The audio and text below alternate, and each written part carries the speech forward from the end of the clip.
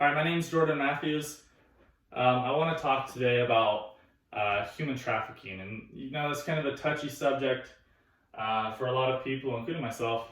I think it's a hard subject to talk about, but I think it's important that we inform ourselves, gain more knowledge about it, and help other people understand that there is a huge problem with this right now, especially in the United States.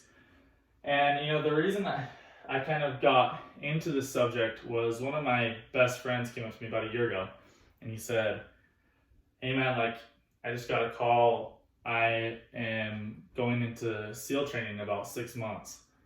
And it was like a complete shock. We were just working together, doing kind of this Amazon business. I really had no idea what, why he wanted to be a SEAL. It all seemed really foreign to me. I heard about Hell Week and, buds and all that goes into it.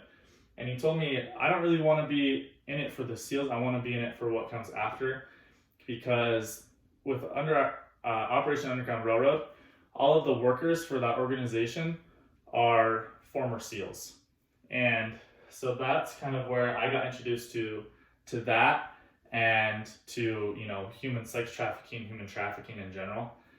And I just want to throw out a stat out there that only 0.04% of human trafficking behavior is detected and reported each year.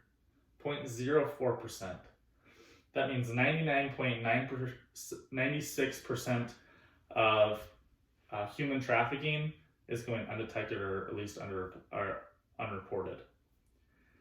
And for me, that is completely unacceptable. I think about, my nieces or, my future children getting abducted and, being exploited like that. That's honestly my worst nightmare. And I can't even imagine, these families being broken up by something like that. Someone just gets taken and will never live a normal life. They're just going to be locked up somewhere, just be exploited, whether it be sexually or be put to labor for the rest of their lives. Modern slavery is still very, very real in today's world. And I'm not sure how well you can see the graphic. I'll bring it up a little bit just so you can take a look. It's not very clear from back there. But the main point that I want to get across is just this title right here, that it is a $150 billion industry. I'm in business. I know a lot of people in this class are studying, either finance, accounting, some type of business. $150 billion industry. That's crazy. And, this graph kind of shows where this revenue is generated. Majority, or about a third of that, is in the Asia Pacific. But another third of that is in developed economies like the US. $150 billion are generated each year. $99 billion of that is from sexual exploitation, which is a lot in, America. And, modern slavery, there is currently 40.3 million people enslaved right now. 40.3 million people are enslaved right now. That's insane. Globally, an estimated 71% of enslaved people are women and girls, white, and then white men and boys are accounted for 29% of that. So it's not just specifically one gender, it's really everyone. A lot of people, when they think of, sexual exploitation, they think, oh, people are abducting these little girls, but really no one is safe. I saw a graph the other day that, of course, there's a ton of human traffickers ages 0 to 18, but there's still millions of people enslaved from ages 20 to 40. More than the majority are enslaved from that age group. So it is a huge problem, and it doesn't just go, it's not just towards women, it's not just towards underage people, it's really towards everyone. But I think the main focus is towards the younger generation for obvious reasons. So I kind of want to get into, the Operation Underground Railroad, and I think Tim Ballard is one of, a huge inspiration to me. He was a in the government. He was part of the law enforcement, kind of a leader for the law enforcement, and under that restriction of kind of being under the government, he couldn't do as much to help this human sex trafficking problem. And so he actually retired from law enforcement, and decided that he was going to pursue, this nonprofit organization called the Operation Underground Railroad, where he just dedicates his whole life to finding these horrible, perverted sexual traffickers and taking them down and bringing these children back to their families.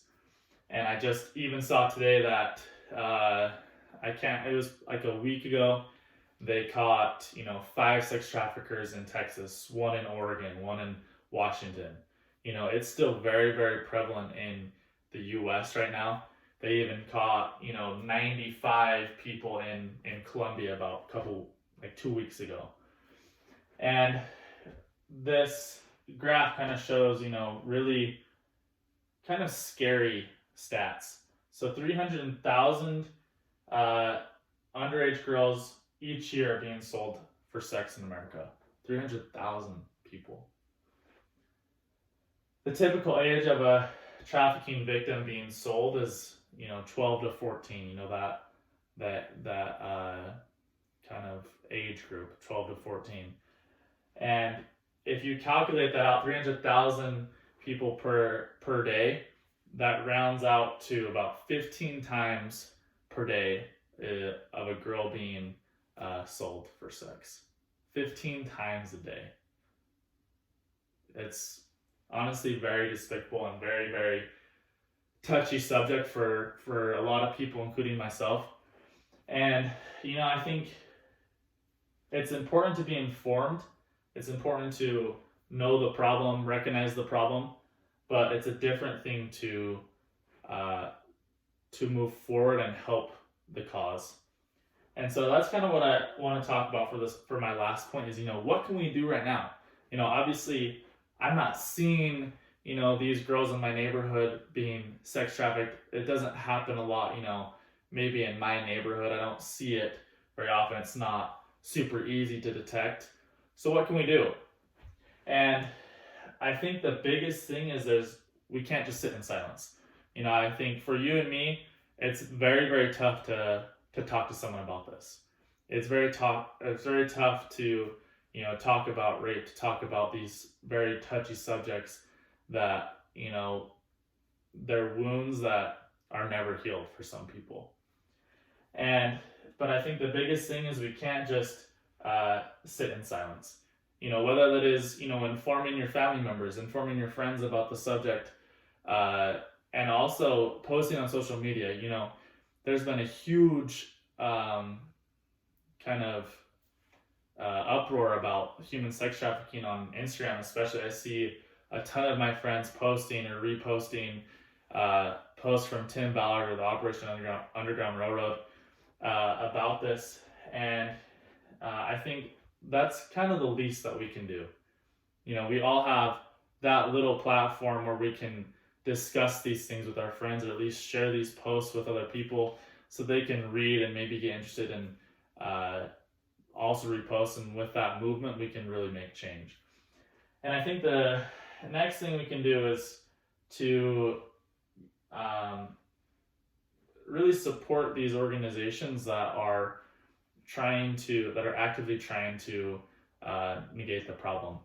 People like Global Alliance Against Trafficking, Stop the Traffic, UNICEF, and obviously I've talked about the Operation Underground Railroad.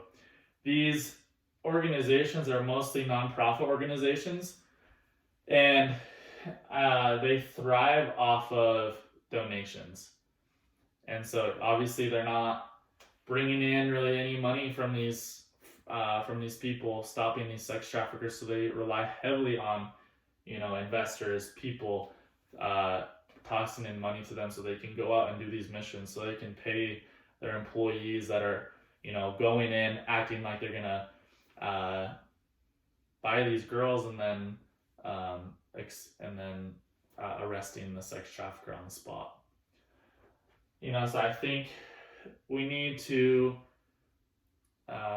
find people or talk to people that have the means to donate to these organizations. If we ourselves are able to even just put in, $50-100 once every 3 months or something, once every quarter, just doing something to help the cause.